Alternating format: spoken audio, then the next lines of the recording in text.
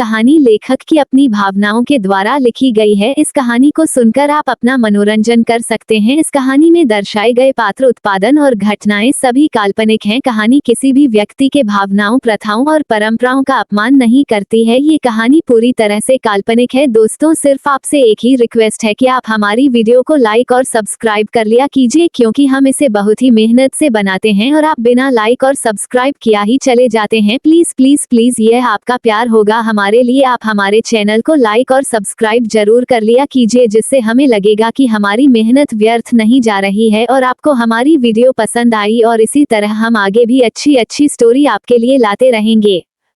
दोस्तों, पिछले एपिसोड में आपने सुना कि रेहान और किया ये दोनों आपस में लड़ रहे थे। तभी किया के आंखों की लेंस गिर जाती है और उसका बिग भी निकल जाता है। इस वजह से रेहान उसे देखकर पहचान जाता है कि यह और कोई नहीं बल्कि उसकी ब्लू आई है। ये देखकर उसे दिल ही दिल में बहुत ज्यादा खुशी होती है कि उसकी ब्लू आई आज उसके सामने है, जिसे वह इतनी शिद्दत से इतने सालों से ढूंढ रहा है। वह इससे पहले उससे कुछ पूछ पाता या उसके बारे में कुछ जान पाता, किया पीछे की ओर जाने लगती है और अचानक गिर जाती है। अब आगे जैसे ही रेहान देखा है कि किया नीचे की ओर गिर गई, उसकी तो सांसें ही थम गई थी, लेकिन अचानक ही वह अपने होश में आता है और भागकर किनारे पर जाता है। और जैसे ही वह नीचे की ओर देखा है तो उसके दिल में जाकर सुकून आता है और उसके होंठ मुस्कुरा उठाते हैं, क्योंकि उसकी ब्लू आई वह नीचे नहीं गिरी थी, न ही उसे कोई चोट आया था, बल्कि वह तो बिल्कुल बंदरों की तरह एक छत से होते हुए दूसरे छत पर कूदते हुए नीचे की ओर जा रही थी। ये सब देखकर रेहान बिल्कुल आश्चर्य में था। कोई इंसान, और वह भी एक लड़की, इतना ज्यादा फुर्तीली कैसे हो सकती है, और उसके हाथों की पकड़ इतनी ज्यादा मजबूत थी कि वह बस एक छत पर कूदती और तुरंत हाथों की पकड़ से छोड़ते हुए दूसरे छत पर पहुंच जाती थी। ऐसा करते करते वह पूरा 20 मंजिला पर करते हुए नीचे पहुंच चुकी थी। ये सब देखकर रेहान के आश्चर्य का कोई ठिकाना नहीं था, पर उसके दिल में एक तसल्ली थी कि उसकी ब्लू आई बिल्कुल सही है। पर यह कहाँ से आई है और यहाँ कैसे? बहुत सारे ऐसे सवाल थे जो रेहान के दिमाग में अब घूमने लगे थे। उसे हर कीमत पर अपनी ब्लू आई चाहिए थी। वह कुछ भी करके इसके बारे में पता जरूर लगाएगा। इतना सोचते हुए वह नीचे की ओर जाने लगता है, और जैसे ही नीचे पहुंचता है तो देखा है कि उसके सभी दोस्त वहां पहुंच चुके थे। उनके गार्ड की हालत अच्छी नहीं थी, इस वजह से वह अपने बचे हुए लोगों से उन लोगों को अस्पताल ले जाने के लिए कह देता है और अपने दोस्तों के साथ आगे बढ़ने लगता है। तभी उसकी नज़र ओम पर पड़ती है। वो उनकी हालत देखकर बिल्कुल आश्चर्य में पड़ जाता है और अपनी आंखें बड़ी करते हुए ओम की तरफ देखते हुए कहता है कि लगता है तुम आजकल बहुत कम ट्रेनिंग कर रहे हो, इस वजह से तुम्हारी ऐसी हालत हो गई है। मुझे तुम्हारी ट्रेनिंग का टाइम बढ़ाना चाहिए। ये सुनकर ओम तो एकदम चौंक जाता है और मन में सोचता है कि अभी या 4 घंटे मुझे कम ट्रेनिंग लेता है क्या, जो यह मेरी ट्रेनिंग का टाइम बढ़कर 8 घंटे करना चाहता है। बेरहम निर्दय कहीं का, थोड़ा सा भी इसके अंदर इंसानियत नहीं है। जब सारा टाइम में ट्रेनिंग करूंगा तो काम कब करूंगा? ये सोचकर वह मुंह बनाते हुए रेहान की तरफ देखते हुए कहता है कि अरे ऐसी बात नहीं है, आप लोगों को तो नॉर्मल लोग मिलते हैं लड़ने के लिए, पर मुझे तो चुड़ैल और पिशाचिनी मिल जाती है लड़ने के लिए। उसकी बातों को सुनकर अब शिवाय और मयंक के चौंकने की बारी थी। वह सभी अजीब सा मुंह किए हुए ओम की तरफ देखने लगते हैं, मानो वह किसी बड़े पागल को देख रहे हो। उनको इस तरफ देखा हुआ देखकर ओम फिर से कहता है कि अरे मुझे इस तरह से क्यों देख रहे हो? मैं सच में ही बता रहा हूँ, इस बार भी मुझे एक बड़ी वाली चुड़ैल मिल गई थी, जिसे मार मार कर मेरी हालत ऐसी बना दी। अब उसकी बातों को सुनकर शिवाय से अपनी हंसी नहीं रोकी गई और वह जोर से ठहाके मारकर हंसने लगा, और हंसते हंसते उसने कहा, लगता है उससे पहले वाली चुड़ैल का श्राप तुझे लग गया है और जब जब तू लड़कियों के सामने जाएगा सारी लड़कियां तुझे चुड़ैल ही बनकर मिलेगी। मैं सच कह रहा हूँ, तू मेरी बातों को माने या ना माने पर मेरी बात बिल्कुल सही है। ओम की हालत ऐसी थी कि उसे 2 बॉडीगार्ड पकड़कर लेकर जा रहे थे, बाकी सब तो अपने हाथ पैरों पर खड़े थे, पर ओम बेचारा तो इतना ज्यादा पिट गया था कि वह अपने पैरों पर भी खड़ा नहीं हो पा रहा था। सबका मुंह बना हुआ था, उदासी साफ दिखाई पड़ रही थी। उनका यह मिशन फेल हो चुका था, इसलिए सभी दुखी थे, लेकिन हमारे रहन राजवंशी के चेहरे पर एक हल्की सी खुशी की झलक दिखाई दे रही थी।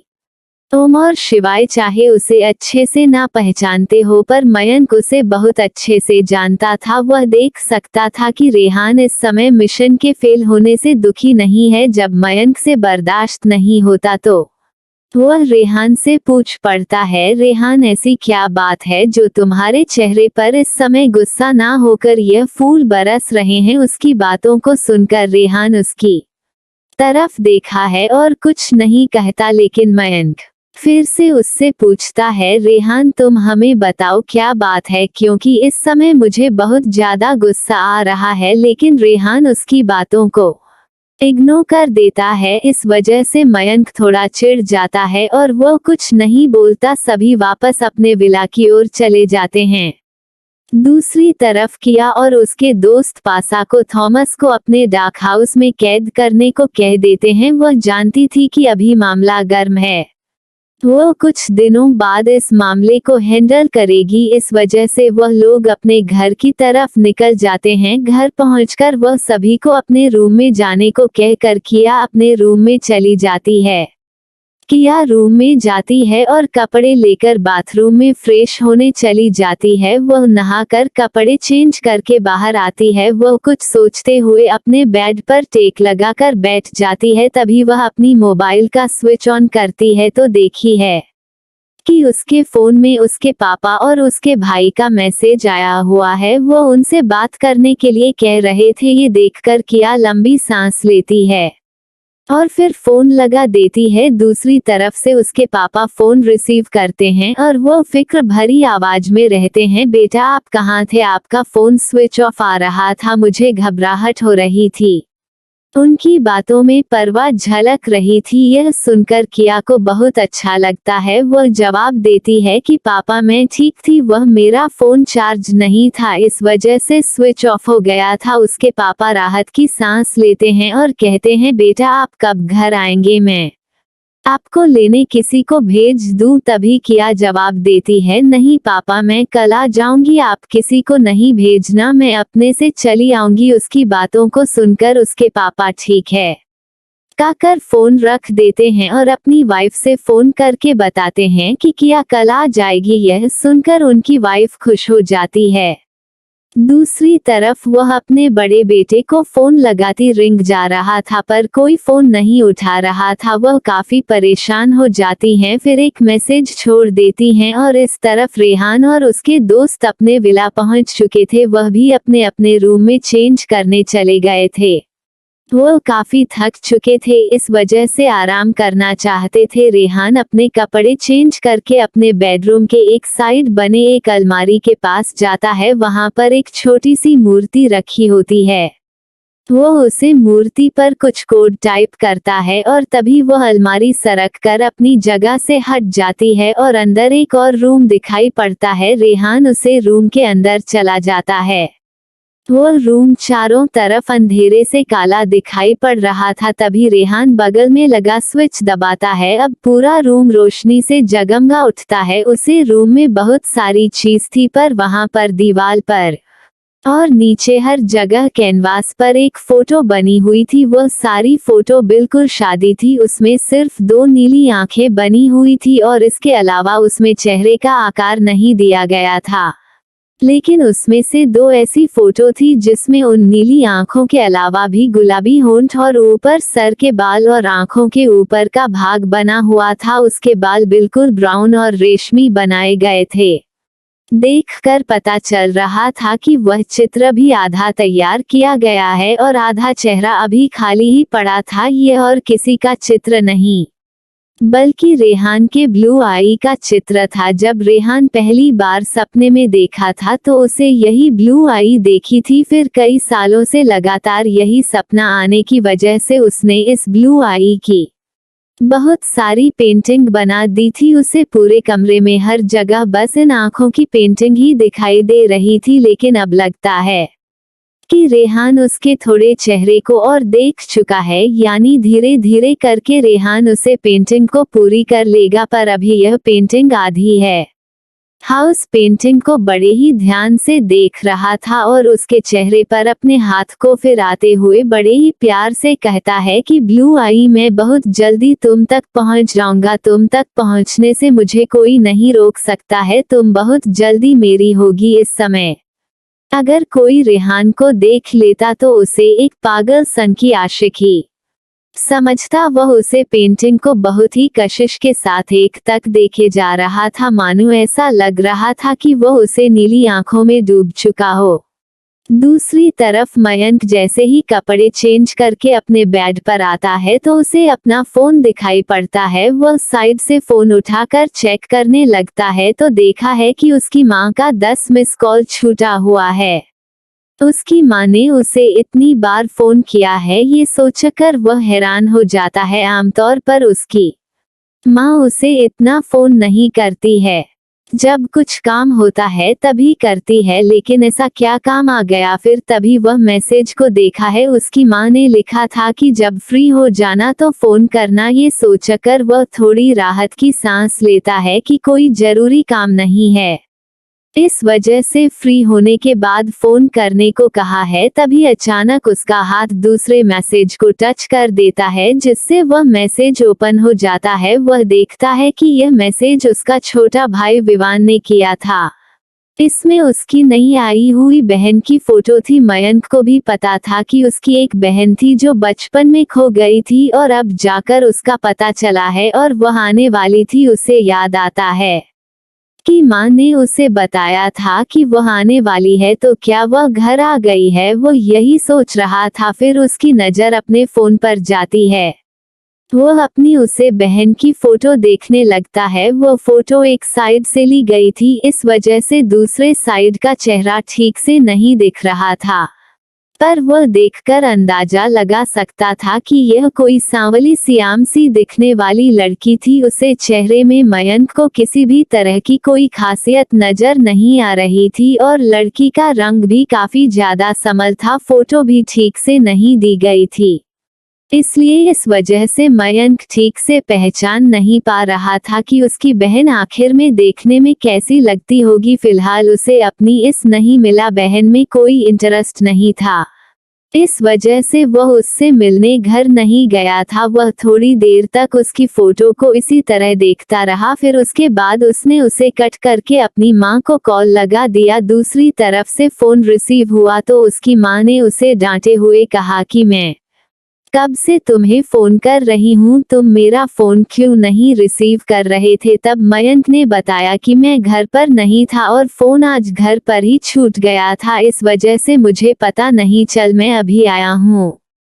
तो मुझे पता चला। उसकी माँ चैन की सांस लेती है और फिर उसे याद दिलाते हुए कहती है कि तुम्हारी छोटी बहन आ गई है, क्या तुम्हें उससे मिलना नहीं है? मैंने तुम्हें कितनी बार याद दिलाया था, फिर भी तुम अभी तक नहीं आए, और हाँ, आते वक्त उसके लिए गिफ्ट भी लेते आना। ये सुनकर मयंक अपनी आंखें छोटी कर लेता है और सोचता है कि उसकी बहन लालची है क्या, जो उसे गिफ्ट मांग रही है। अब तो उसके मन में अपनी बहन की इमेज और ही ज्यादा खराब हो जाती है और वह अपनी माँ से कहता है कि ठीक है माँ, जब मुझे फ्री मिलेगा मैं आ जाऊंगा। उसकी माँ उसे डांटे हुए कहती है कि तुम्हें तो कभी फ्री मिलता ही नहीं है, पर मैं कुछ नहीं जानती, तुम जल्दी से जल्दी अपनी बहन से मिलने आओ। ओम हाँ करके फोन कट कर देता है और फिर सोचता है कि उसकी बहन गांव में पाली बड़ी है, इस वजह से पता नहीं उसे मैनर होंगे कि नहीं होंगे, किस तरह से घर पर रहती होगी। वह गरीब घर की होगी तो इतनी बड़ी फैमिली में एडजस्ट भी कर पाएगी कि नहीं। फिर वह अपने आप में ही सोचता है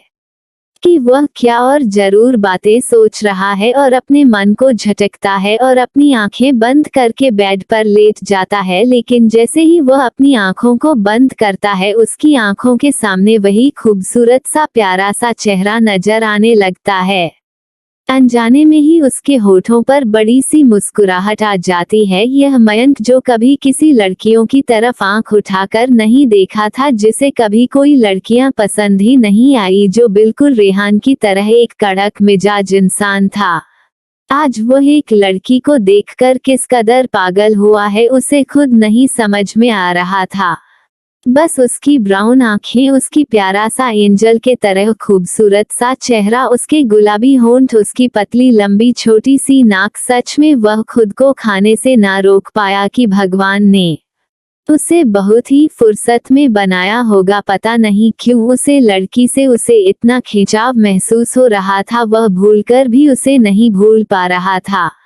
ना तो ये प्यार था और ना ही कुछ ऐसा जिसे हम बुरा समझ सकते हो या फीलिंग, बस उसे अपनेपन का लग रहा था। इसी तरह मुस्कुराहट उसके चेहरे पर बनी हुई थी और वह उसे लड़की के बारे में सोचता हुआ गहरी नींद के आगोश में चला जाता है। दोस्तों, आप आगे क्या होगा? क्या मयंक अपनी नई मिली बहन से मिलने घर जाएगा या मयंक को कुछ खूबसूरत लड़की के बारे में पता चल पाएगा? और जब मयंक को ये पता चलेगा कि यह और कोई नहीं उसकी बहन है, तब वो क्या करेगा? तो आगे जानने के लिए हमारी स्टोरी में बने रहे। कमेंट करके हमें बताएं कि आपको स्टोरी कैसी लगी।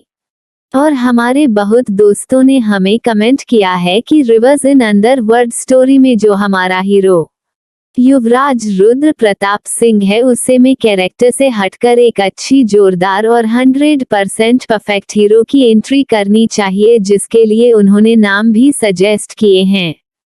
तो ठीक है, हम अपनी इस स्टोरी में इस हीरो को साइड हीरो कर देते हैं और एक नए हीरो की एंट्री करते हैं जो बिल्कुल राजकुमारी कुमुद के समान ही पावरफुल हो। तो आप सबकी क्या राय है और उसे हीरो का क्या नाम होना चाहिए? कमेंट करके जरूर बताना, हमें इंतजार रहेगा आपके कमेंट का। चलिए अब अपनी स्टोरी में आगे बढ़ते हैं और चलते हैं अपने नेक्स्ट एपिसोड की तरफ। एपिसोड 49, मैथ का क्वेश्चन। तो अभी तक आपने पिछले एपिसोड में सुना कि किस तरह से रेहान मिशन से वापस आने के बाद अपने सेक्रेट रूम में जाता है और अपनी ब्लू आई के पेंटिंग को देखने लगता है, और दूसरी तरफ मयंक को उसकी माँ का फोन आता है कि वह अपनी नई बहन से मिलने के लिए अपने घर आए। अब आगे। दूसरा दिन। किया सुबह जल्दी उठकर 2 घंटे के लिए जिम करती है, फिर उसके बाद नहा धोकर ड्रेस चेंज कर रूम में आती है और अपने पेंडिंग कामों को करने लगती है और जल्दी से अपने काम को खत्म करके वह जल्दी से नीचे आ जाती है। नीचे लिया उसका इंतजार कर रही थी। वह जैसे ही किया को देखते हैं तो वो बताती है कि ऑफिस में आज मिस्टर मेहरा की मीटिंग है, तो क्या हुआ, उसे अटेंड करेगी। उसकी बातों को सुनकर किया थोड़ी देर सो में पड़ जाती है, फिर वह उसे मना करते हुए कहती है कि नहीं, वह नहीं आ सकती है, इस मीटिंग को तुम ही अटेंड कर लेना, क्योंकि आज मुझे अपने घर जाना होगा। मैंने मन से वादा कर दिया है, मैं कुछ वक्त उन लोगों के साथ गुजारना चाहती हूँ और अपने इस नए परिवार के बारे में जानना चाहती हूँ। उसकी इस बातों को सुनकर लिया के होठों पर मुस्कुराहट आ जाती है। वह समझ सकती थी कि किया सबसे धोखा खा चुकी है, इसलिए वह हर काम बहुत ही ज्यादा चतुराई से करती है। इस वजह से उसे किया की बिल्कुल फिक्र नहीं थी, पर उसे थोड़ी खुशी भी थी कि वह अपने लिए कुछ टाइम निकाल रही है, वरना वह तो दिन रात कामों में ही बिजी रहती थी। लगता है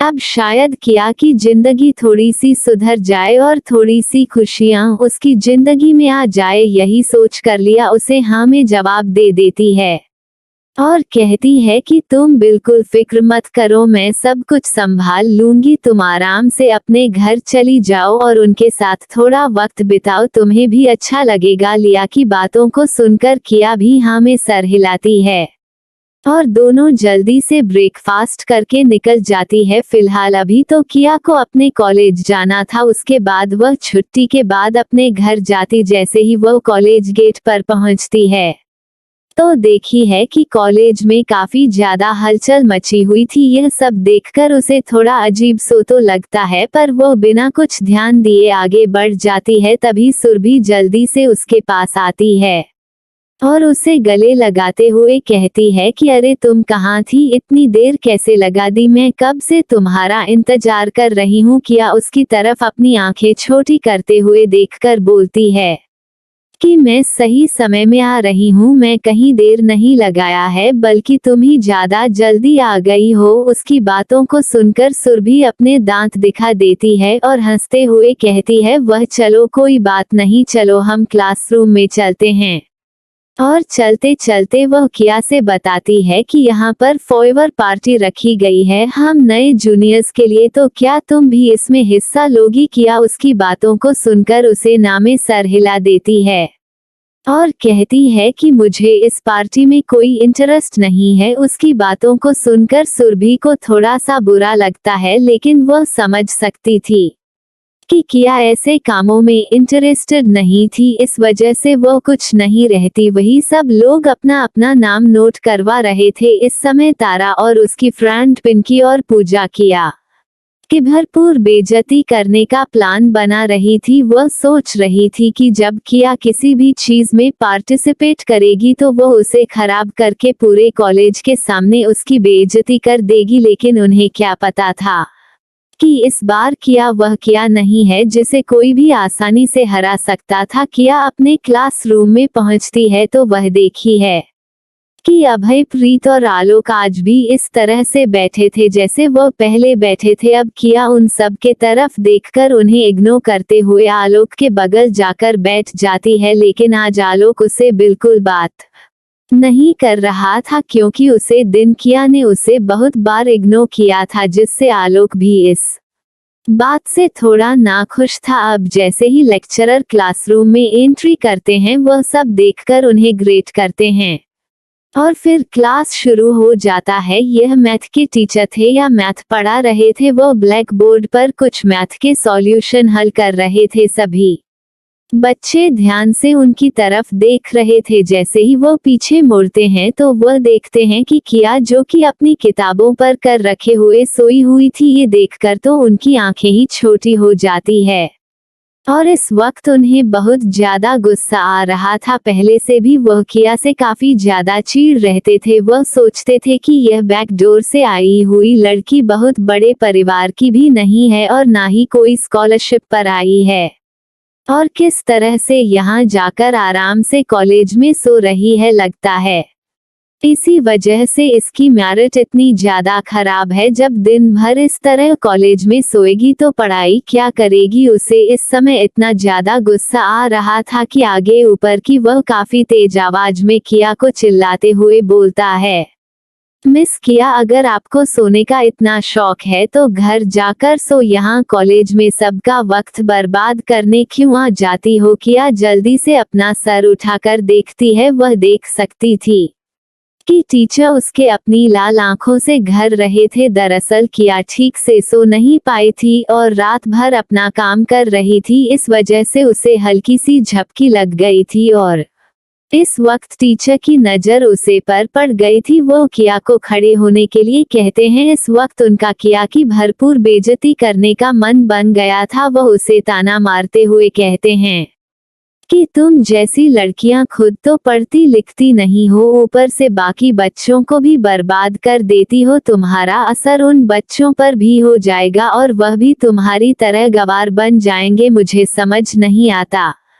कि तुम्हें कैसे इस इतने बड़े कॉलेज में एडमिशन मिल गया है। वह अभी भी काफी कुछ कहना चाहते थे, लेकिन जब वो देख कि अभय ओबरॉय उनकी तरफ घूर कर देख रहा था तो वह थोड़ा रुक जाते हैं। उन्हें इस समय अभय से थोड़ा डर लग रहा था, क्योंकि सभी जानते थे कि अभय एक पावरफुल बैकग्राउंड से आता है, पर वो कौन है ये कोई नहीं जानता है। तभी वह किया की बेइज्जती करते हुए कहते हैं कि मुझे लगता है कि तुमने ये चैप्टर पढ़ लिया होगा, इसी वजह से तो तुम आराम से यहाँ सोई हो, तो आओ इसे हल करके दिखाओ। ब्लैक बोर्ड पर कुछ मैथ के कठिन क्वेश्चन लिखे हुए थे जिसे वह खुद भी 2 दिन से हल कर रहे थे। और उसका एक आसान तरीका निकालने की कोशिश कर रहे थे, पर वह लॉन्ग तरीके से ही उसे क्वेश्चन को हल कर पा रहे थे। उसका शॉर्ट ट्रिक तो उन्हें समझ में ही नहीं आ रहा था। जैसे ही किया की नजर ब्लैकबोर्ड पर जाती है, वह देखकर रास्ते में पड़ जाती है कि इतना सरल से क्वेश्चन के लिए ये टीचर उसे इतनी देर से सुनाई जा रहा है, वह कुछ नहीं रहती है और सीधा जाकर डेस्क पर रख मार्कर को उठती है और क्वेश्चन को हल करने लगती है। उसने को सभी क्वेश्चन को महज 2 ही लाइनों में हल कर दिया था और यह ट्रिक बिल्कुल परफेक्ट थी। ये देखकर तो आप प्रोफेसर की आंखें फटी की फटी रह जाती है। उन्हें समझ में नहीं आ रहा था कि अभी तक उन्होंने इस ट्रिक को क्यों नहीं आजमाया। इस ट्रिक से तो यह सवाल काफी ज्यादा सरल लग रहा था और उन्हें समझ में नहीं आ रहा था कि यह गांव की गंवार लड़की इस ट्रिक को कैसे हल कर सकती है। ये ट्रिक कुछ मैथ के गॉड्स हेलेन से मिलती थी।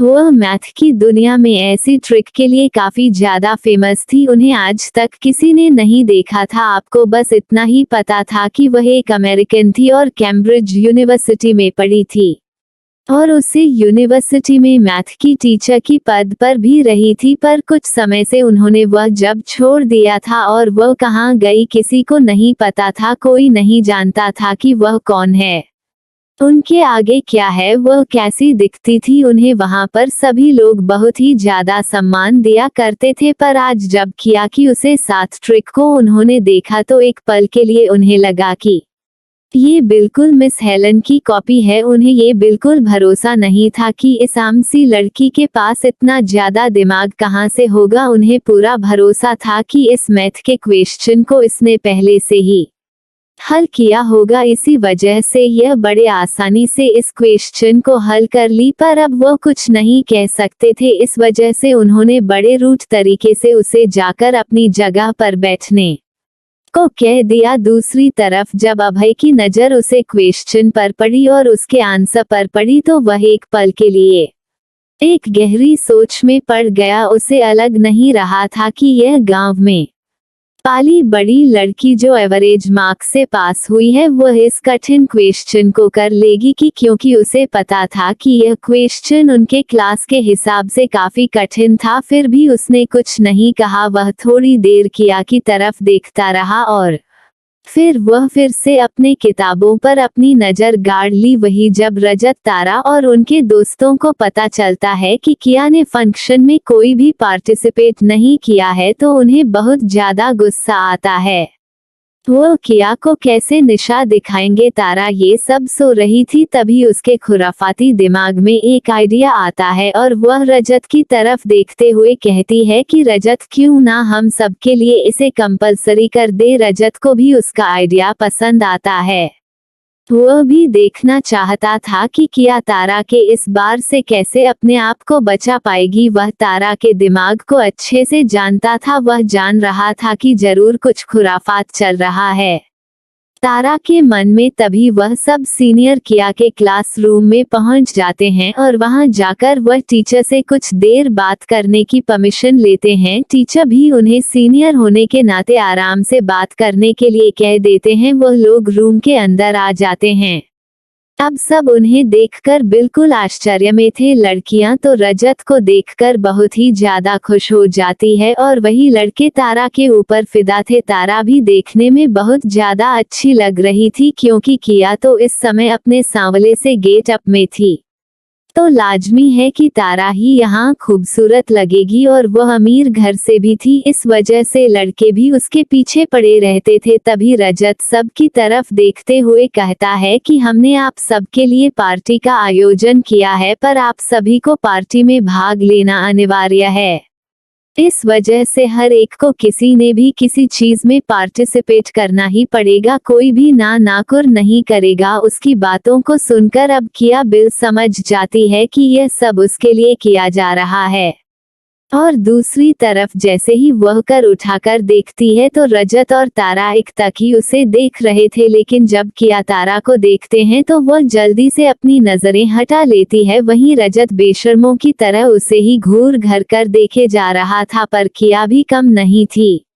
उसने मन में सोचा, जैसा बोग वैसा ही काटोगे, अब इसमें मैं कुछ नहीं कर सकती हूँ, और हल्की सी मुस्कुराहट पास कर दी। उसकी मुस्कुराहट इतनी खूबसूरत थी कि एक पल तो रजत उसकी मुस्कुराहट में ही डूब गया और मन में ही सोचा, काश यह इतनी सांवली ना होती तो मैं इसे अपनी गर्लफ्रेंड बना लेता। तभी तारा उसे उसके सपनों से निकलते हुए कहती है कि चलो अब हमें चलना है। वो सभी चले जाते हैं। अब इनका क्लास भी खत्म हो गया था। वह सभी क्लास से निकल जाते हैं। किया निकालकर बाहर की ओर जा रही थी क्योंकि आज उसे अपने घर भी जाना था। तभी सुरभि दौड़कर उसके पास आती है और कहती है, किया क्या तुम्हें पता है, पार्टी में सभी को भाग लेना अनिवार्य कर दिया गया है। इस वजह से अब तुम नहीं बच पाओगी, तुम्हें भी भाग लेना पड़ेगा। तो तुम किस चीज में भाग लगी? किया ने मुंह बनाते हुए सुरभि की तरफ देखा और कहा कि देखा जाएगा, फिलहाल अभी मैंने कुछ नहीं सोचा है। लेकिन तभी सुरभि ने कहा कि कुछ तो लेना ही पड़ेगा। किया उसकी तरफ देखते हुए कहती है कि चलो, जो तुम करोगी मैं तुम्हारे साथ हो लूंगी। तुम्हें तो पता है मुझे इन सब चीजों में बिल्कुल इंटरेस्ट नहीं है। किया की बातों को सुनकर सुरभि खुश हो जाती है और वह खुशी खुशी रहती है कि ठीक है, तुम मेरे साथ ही भाग ले लेना, मैं बहुत ही खुश हूँ। इतना कहकर सुरभि जल्दी से किया के गले लग जाती है। उसके चेहरे पर साफ साफ खुशी दिखाई दे रही थी। तभी किया सुरभि को कहती है कि आज मुझे जल्दी जाना है, इस वजह से मैं जा रही हूँ, तुमसे बाद में मिलती हूँ। सुरभि भी हाँ में सर हिला देती है और वो दोनों अपने अपने तरफ चले जाते हैं। किया कॉलेज से बाहर आकर कुछ दूरी पर जाकर अपनी गाड़ी लेती है और अपने घर की तरफ निकल जाती है। अब आगे एपिसोड में क्या होगा, किया किस चीज में पार्टिसिपेट करेगी और क्या तारा सबके सामने उसकी बेइज्जती कर पाएगी, या किया बीच में ही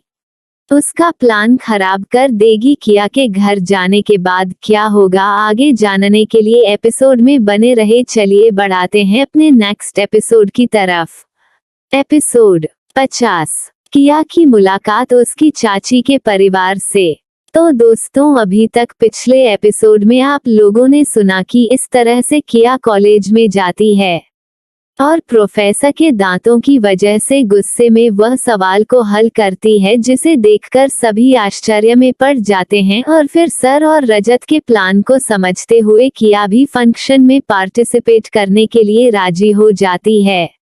अब आगे कॉलेज से निकलने के बाद किया सीधा अपने घर की तरफ बढ़ जाती है। जैसे ही वह अपने घर पहुंचती है तो देखी है उसकी माँ बहुत ही बेसब्री से उसका इंतजार कर रही थी। वो उसे जाकर जल्दी से गले लगा लेती है और बहुत प्यार से उसका असर सहलाते हुए कहती है कि बेटा जाओ, जल्दी से चेंज करके आओ, मैं तुम्हारे लिए कुछ खाने को लाती हूँ, तुम्हें भूख लगी होगी ना। किया उनकी बातों को सुनकर हल्का सा मुस्कुरा देती है और कहती है, ठीक है माँ, मैं अभी चेंज करके आता हूँ। और इतना कहकर वह अपनी रूम की ओर बढ़ जाती है। वह वहाँ से कपड़े चेंज करके आती है तो देखी है कि इस समय हाल में कई और लोग भी बैठे थे, जहाँ किया भी चलकर उनके पास आ जाती है। तभी उसकी मम्मी किया को अपने पास करते हुए किया को उन सब से मिलते हुए बताती है कि बेटा, ये तुम्हारे चाचा अशोक रघुवंशी हैं और ये तुम्हारी चाची अमायरा रघुवंशी हैं और यह उनकी बेटी सायरा है। जैसे ही किया की नजर दूसरी साइड जाती है तो वो देखी है कि वहाँ एक रेड कलर की शर्ट ड्रेस पहने एक लड़की बैठी हुई थी, जो देखने में सुंदर थी, लेकिन फिर भी उसने भर भर कर में चेहरे पर मेकअप किया था। वो बड़े ही एटीट्यूड के साथ खड़ी होती है और किया की तरफ देखते हुए उसे हाय हेलो करती है। वो उसे बिल्कुल हाथ नहीं मिलती है, जैसा लग रहा था कि वो उसे देखकर घायल कर रही हो। किया के आने से पहले ही पूरे घर को पता चल गया था कि किया गांव में पढ़ी लिखी और गांव में रहने वाली लड़की है।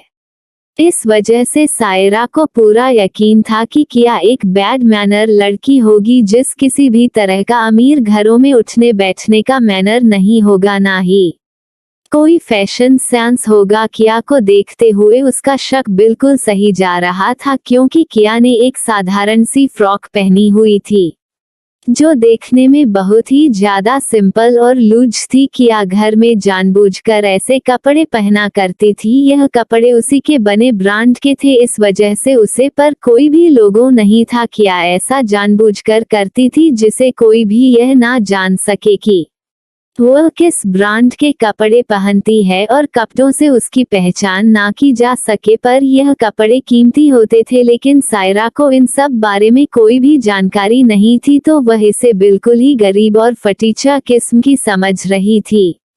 उसे इस बात की बिल्कुल खुशी नहीं थी कि उनकी बेटी घर वापस आ रही है, क्योंकि वह अभी तक इस घर की अकेले ही प्रिंस थी और पांचों भाइयों की अकेले ही प्यारी बहन थी।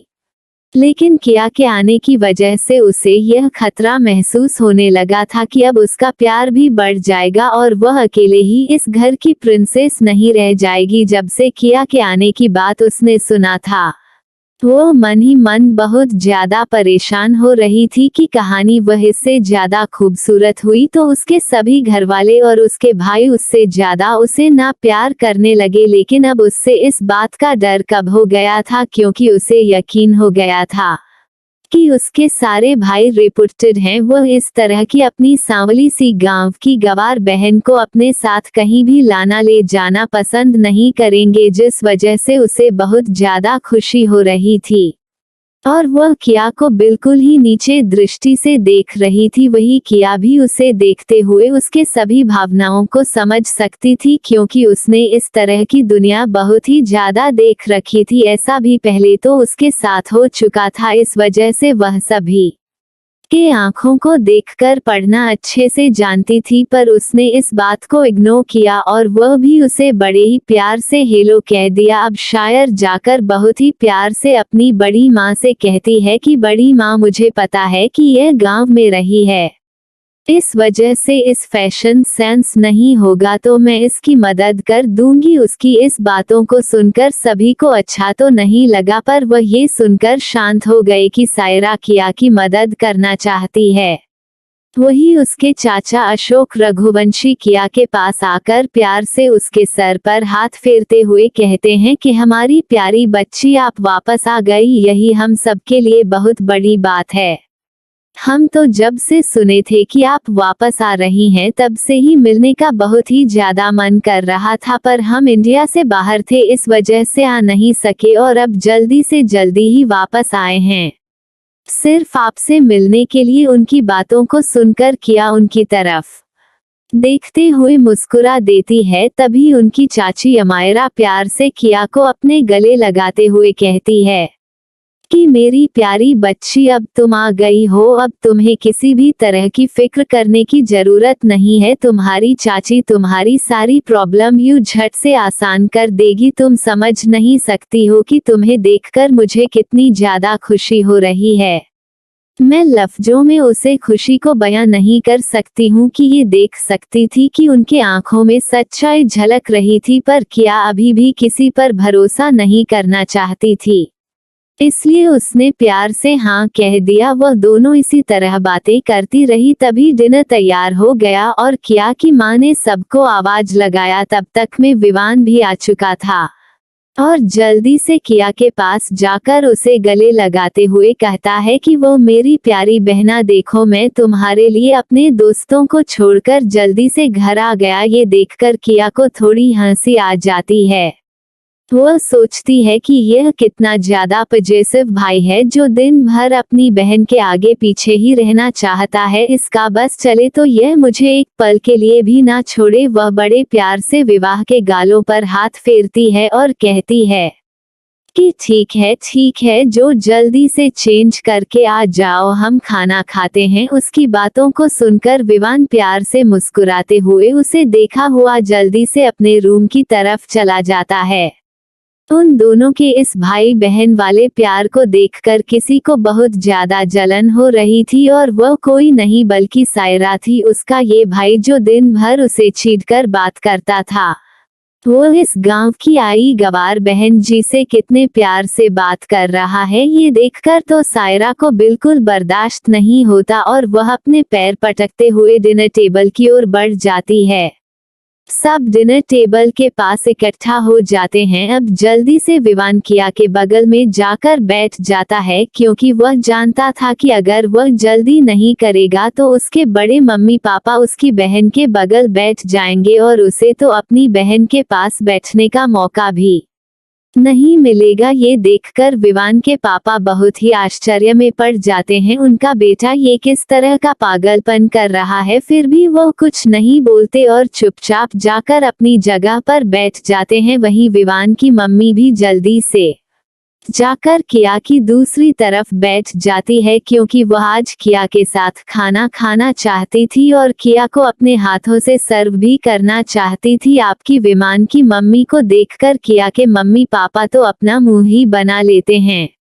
उनकी प्यारी बच्ची के बगल ये दोनों बैठ गए थे। अब ना चाहते हुए भी उन्हें उनकी दूसरी ओर बैठना पड़ता है। अब विवाह जितना तो अपने प्लेट में नहीं रखता था, वह बार बार किया के प्लेट में कुछ ना कुछ रखते जाता था और किया को उसे टेस्ट करने के लिए बार बार कहे जा रहा था। दूसरी तरफ यही हाल विवान के माँ का भी था, वह भी यही कर रही थी। वह बार बार कुछ ना कुछ उठाकर किया को खिलाया जा रही थी और कह रही थी, बेटा इस टेस्ट करके देखो, ये बहुत ही टेस्टी है। किया तो इन दोनों माँ बेटे के प्यार को देखकर बिल्कुल असमंजस में पड़ गई थी। क्या ये लोग इस मुझे खिला खिला के मार ही डालेंगे क्या? किया तो इतना खाना अपनी जिंदगी में भी नहीं खाती थी जितना 2 दिन में आकर इस घर में खा गई थी। वहीं सबको इस तरह करता देखकर सारा की तो मुठिया ही काश गई थी उसके मन। और भाई कल की आई इस लड़की के आगे उसे तो भूल ही गए थे। सायरा के मन में किया के प्रति नफरत बढ़ते जा रही थी।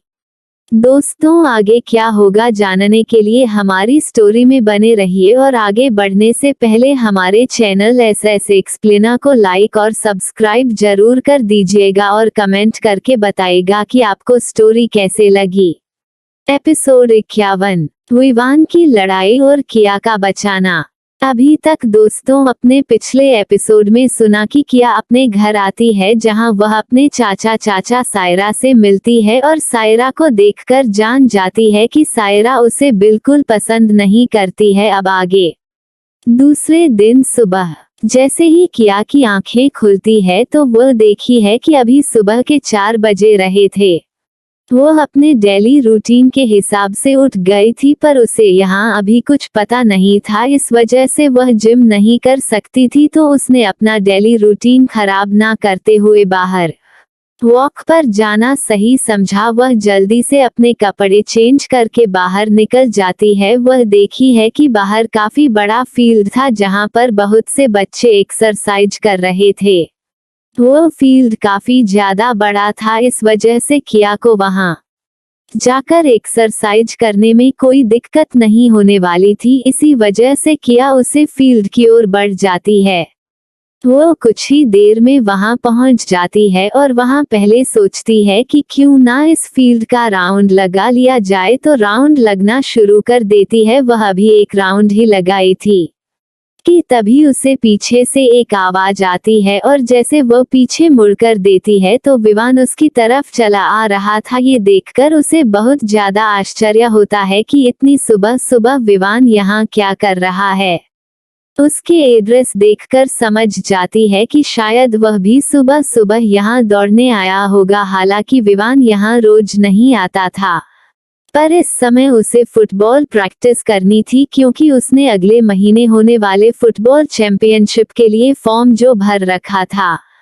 तो वह रोज सुबह सुबह यहाँ आकर 1-2 घंटे तक दौड़ा करता था, जिससे उसकी स्ट्रेंथ अच्छी हो जाए। वह किया के साथ ही रन करने लगता है। किया की स्पीड काफी अच्छी थी, वही विवान उसके साथ दौड़ते दौड़ते थका जा रहा था। किया थी कि रुकने का नाम नहीं ले रही थी और उसके चेहरे को देखकर कहीं भी ऐसा नहीं लग रहा था कि उसे कहीं से भी थकावट हो रही थी। यह क्रिया के लिए बहुत ही आम सी बात थी।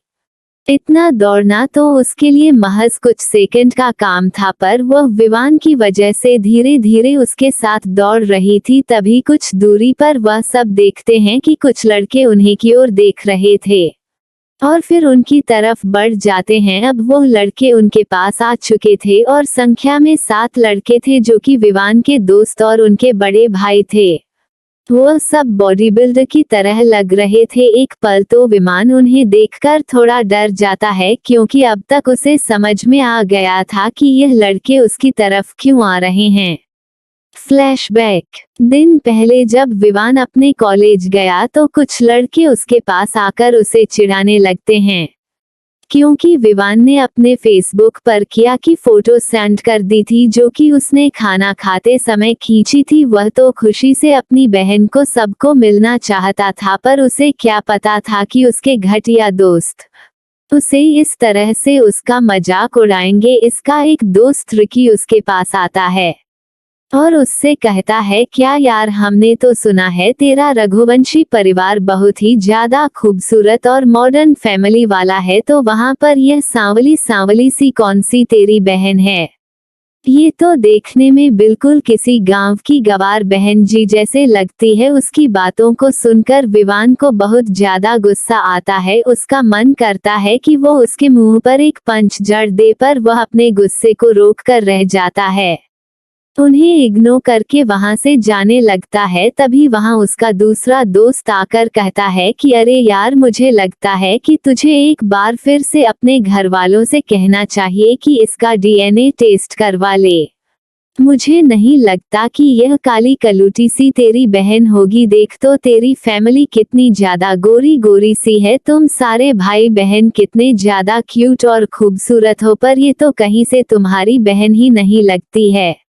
अब विवान को उनकी बातें सुनकर काफी ज्यादा गुस्सा आ रहा था, फिर भी वो कुछ नहीं कह रहा था। तभी एक लड़का जाकर पीछे से कहता है कि अरे यार, मुझे नहीं लगता कि यह तेरी बहन है, ये तो मुझे बिल्कुल कम वाली बाई लगती है। इतना सुना था कि विवान का गुस्सा फूट पड़ता है और वो उसे लड़के के मुंह पर एक जोरदार पंच मार देता है। देखते ही देखते वहां पर काफी ज्यादा लड़ाई हो जाती है और सभी एक दूसरे से हाथापाई पर उतारू हो जाते हैं। किसी तरह टीचर के पास ये खबर जाती है और वह जाकर इन्हें रोकते हैं।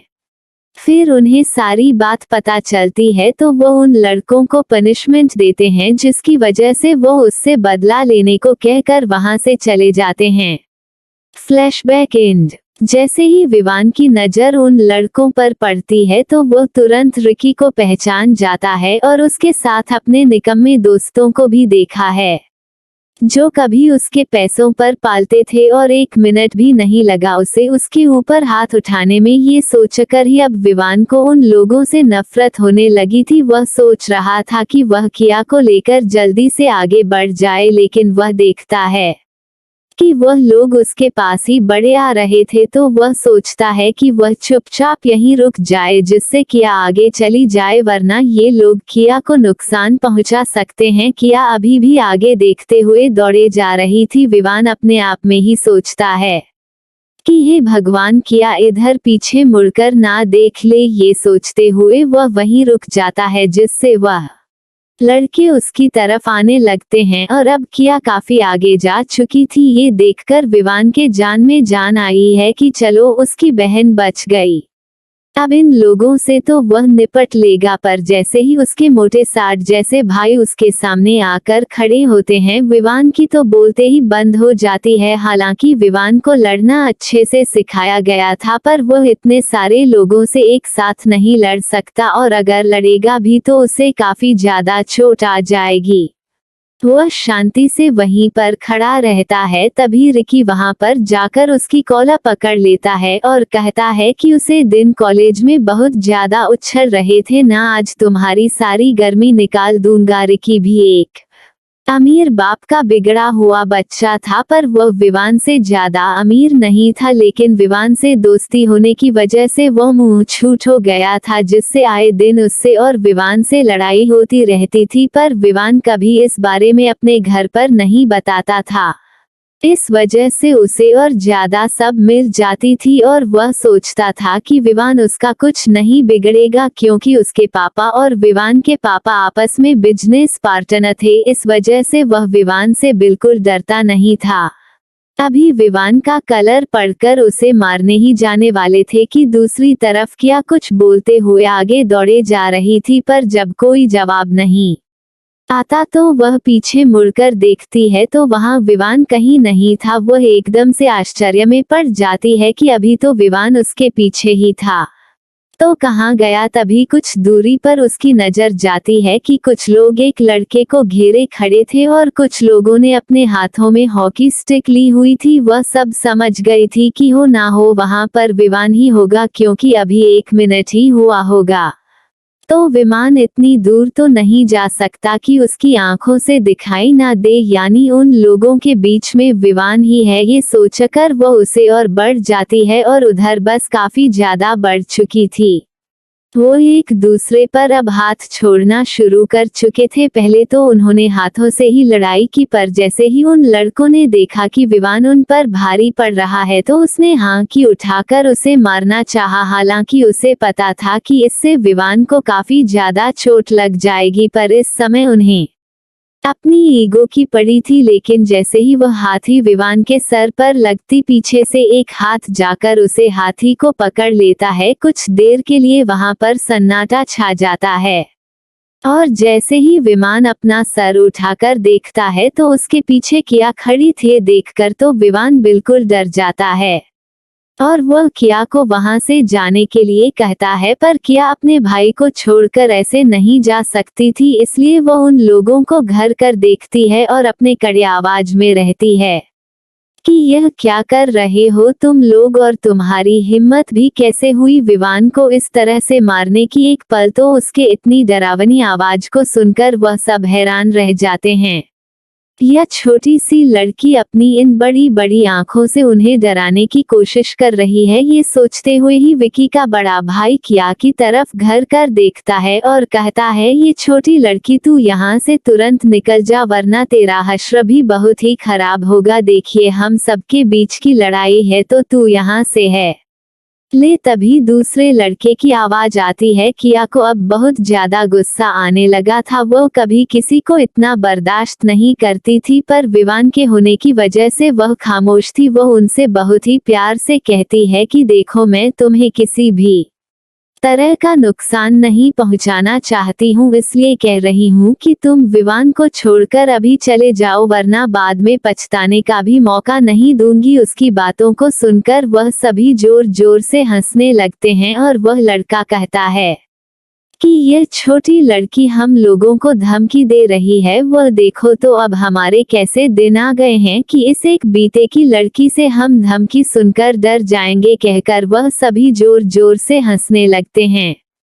फिर भी किया उन्हें इग्नोर करके विवान का हाथ पकड़कर वहां से जाने लगती है। जैसे ही वह आगे बढ़ती है, एक लंबा चौड़ा लड़का जाकर उसका हाथ पकड़ लेता है। ये देखकर तो किया का खून खौल जाता है। आज तक किसी की हिम्मत नहीं हुई उसे टच करने की, और ये लड़का जाकर उसका हाथ पकड़ रहा है। अब किया का सब्र टूट जाता है। अब उसे अपने आंखों के सामने विवान नहीं दिखाई देता, बल्कि वह लड़का दिखाई देता है जिसे उसकी मौत उसे बुला रही हो। लड़का उसके हाथों को पकड़कर बहुत ही बुरी तरह से हंस रहा था। उसके सारे 32 के 32 दांत बाहर की ओर दिखाई दे रहे थे। उसकी हंसी इतनी घिनौनी थी कि कोई भी देखा तो उल्टी कर देता। वह इस तरह से हंस कर किया को डराना चाहता था। अब विवान को किया के लिए डर लगने लगा था। तभी किया उसकी हाथों को जोर से पकड़कर मरोड़ देती है। एक तेज चीज वहां पर सारे जगह गूंज जाती है। लड़का दर्द के मारे छटपटा रहा था। किया ने एक ही बार में उसका हाथ मरोड़ कर तोड़ दिया था, जिसकी वजह से वह लड़का सीधा जमीन पर जाकर गिरता है और दर्द की वजह से अपने हाथ को पकड़कर चिल्लाने लगता है। यह सब देखकर सबकी आंखें फटी की फटी रह जाती है। एक नाजुक सी दिखने वाली लड़की के अंदर इतनी ज्यादा ताकत कैसे हो सकती है कि वह इतने हटे कट्टे आदमी का हाथ एक ही बार में तोड़ सकती हो। देखकर रिकी जोर से चिल्लाते हुए कहता है कि ये लड़की तू अपने आप को बहुत ज्यादा ही जीनियस समझ रही है। अगर एक हाथ का गई ना तो सारे दांत टूटकर जमीन पर गिर जाएंगे। उसकी बातों को सुनकर किया हंसकर रहती है कि पहले छूकर तो दिखा दे, दांत तोड़ना तो बाद की बात है। और फिर रिकी के तरफ देखकर हंसने लगती है। उसका ऐसा रवैया देखकर रिकी और उसके दोस्त काफी ज्यादा गुस्से में आ जाते हैं और वह लोग उसके तरफ बढ़ जाते हैं। जैसे ही रिकी उसके गालों पर तमाचा मारने वाला था, किया ने उसका हाथ पकड़कर एक जोरदार किक उसके पेट पर मार दिया। रिकी जाकर 3 फीट दूर गिर। ये देखकर तो आप सब आश्चर्य में पड़ गए। वह इस लड़की को हल्के में नहीं ले सकते थे। वह सभी एक साथ किया के ऊपर टूट पड़ते हैं। ये देखकर तो विवान बिल्कुल से डर जाता है। वह भी उसे हेल्प करने के लिए आगे बढ़ता है, लेकिन किया उसे हाथ दिखाकर दूर ही खड़े रहने को कह देती है। विवान को कुछ समझ में नहीं आ रहा था कि उसके ये छोटी सी बहन उसे दूर कर रहने को क्यों कह रही है। फिर भी विवान वहीं रुक जाता है और जैसे ही वह लड़के किया के ऊपर अटैक करते हैं, किया उन्हें काफी तेजी से पीटना शुरू कर देती है। उसकी फाइटिंग स्किल देखकर तो विवान का मुंह खुला का खुला रह जाता है। वो एक बड़े फाइटर की तरह लड़ रही थी। ऐसा लग रहा था कि जैसे उसे हरा पाना तो किसी के बस में ना हो। उधर उन लड़कों की तो हालात ही खराब हो गई थी। किया एक डॉक्टर भी थी, इस वजह से उसे पता था कि उनके की नस पर वार किया जाए जिससे वह एक ही बार में कमजोर पड़ जाए। और हुआ भी वही। वह सभी जमीन पर गिरे तड़प रहे थे। उन्हें समझ में नहीं आ रहा था कि किसी लड़की का वार इतना ज्यादा पावरफुल कैसे हो सकता है। आज तक उन्होंने बहुत बार मार खाई है पर इतना ज्यादा दर्द नहीं हुआ है। ये लड़की जहां भी मरती है ऐसा लगता है कि उसे जगह से हड्डी टूट गई हो। वह दर्द से तड़पते हुए किया से रहम की भीख मांग रहे थे। और आप सभी को तो पता है ना कि किया की डिक्शनरी में माफी नाम की कोई चीज ही नहीं है। उसने पहले ही इन लड़कों को समझा दिया था, पर यही उससे लड़ने के लिए मरे जा रहे थे तो अब भूखते। वह सारे लड़के किया के पैरों पर आकर उससे माफी मांगने लगते हैं और उसे छोड़ने की गुहार लगाने लगते हैं। तभी किया विवान की तरफ देखती है, मानो पूछ रही हो कि इनका क्या किया जाए। विवान बात को नहीं बढ़ाना चाहता था, इसलिए वह किया को छोड़ने के लिए कहता है। लेकिन आज जो भी कुछ हुआ वह देखकर तो विवान बिल्कुल आश्चर्य में बुद्ध बना खड़ा था। वह सोच नहीं सकता था कि उसकी यह नाजुक सी प्यारी सी दिखने वाली बहन इतनी ज्यादा पावरफुल होगी। अब तो उसे अपनी इस बहन से और भी ज्यादा प्यार होने लगा था। सच में उसकी यह बहन तो अमेजिंग है। उसके पास अगर उसकी यह बहन रहेगी तो उसे तो कोई हाथ भी नहीं लग सकता है। अब यहाँ हमारे विवान भाई को कौन समझाए। बहन की सुरक्षा तो भाई का काम है, पर ये तो अपनी बहन से ही अपने सुरक्षा करवाने की जद्दोजहद में लग चुके हैं। इस समय तो आश्चर्य के साथ साथ विवान के दिल में लड्डू भी फूट रहे थे कि उसकी बहन कितनी ज्यादा पावरफुल है। वह सबसे चिल्ला चिल्ला कर बताना चाहता था, पर जैसे ही किया उसके पास आती है और उसे किसी को भी आज के बारे में बताने से मना कर देती है तो उसके सपनों पर पानी ही फिर जाता है। फिर वह किया से वादा करता है कि वह किसी से इस बारे में कुछ भी नहीं बताया। ये बात सुनकर अब किया को थोड़ी सी तसल्ली मिल जाती है और अभी उसका राज ही बना रहेगा। ये सोचकर थोड़ा सा उसे आराम मिलता है और वह विवान का हाथ पकड़कर उसे लेकर घर की ओर बढ़ जाती है। विवान बिल्कुल एक गुड मैनर बच्चों की तरह उसके पीछे पीछे चल रहा था। जैसे ही वह लोग घर के अंदर आते हैं, उन्हें किया की माँ मिल जाती है। उन दोनों को देखकर आश्चर्य से पूछता है कि तुम दोनों कहाँ गए थे इतनी सुबह सुबह। तभी किया बोलती है कि बस हम सुबह सुबह सामने के उसे ग्राउंड में घूमने चले गए थे। उसकी बातों को सुनकर उसकी माँ हाँ में सर हिला देती है और कहती है अच्छी बात है, सुबह सुबह उठकर घूमने ठीक है।